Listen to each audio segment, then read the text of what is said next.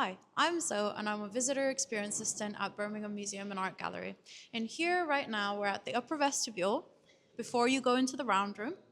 And here we are joined by the bust of Madame Renoir.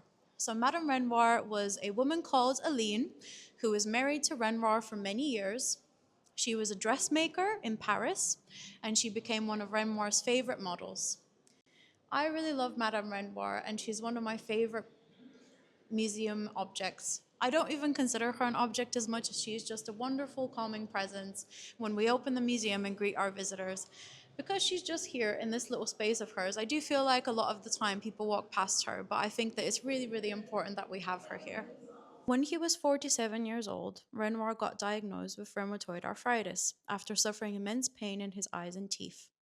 However, that didn't stop him from a life dedicated to art.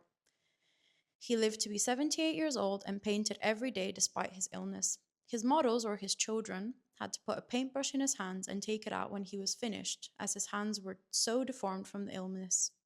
Sometimes he would paint with both hands around the brush, and his hands were so contracted there was no need to tie a paintbrush to them. However, a cloth would be inserted in his palm and held together with linen strips tied at his wrists so it wouldn't rip the fragile skin of his palms.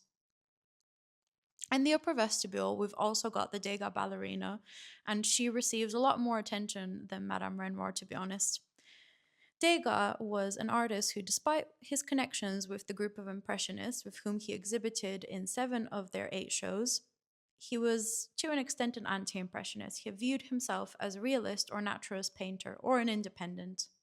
He shared the Impressionist special interest in the reality of city life, and the opera, theater, cafe concert, and horse races were constant themes in his work. Throughout his career, he produced approximately 1,500 depictions of dancers, culminating in a collection of paintings, pastels, and sculptures like this one.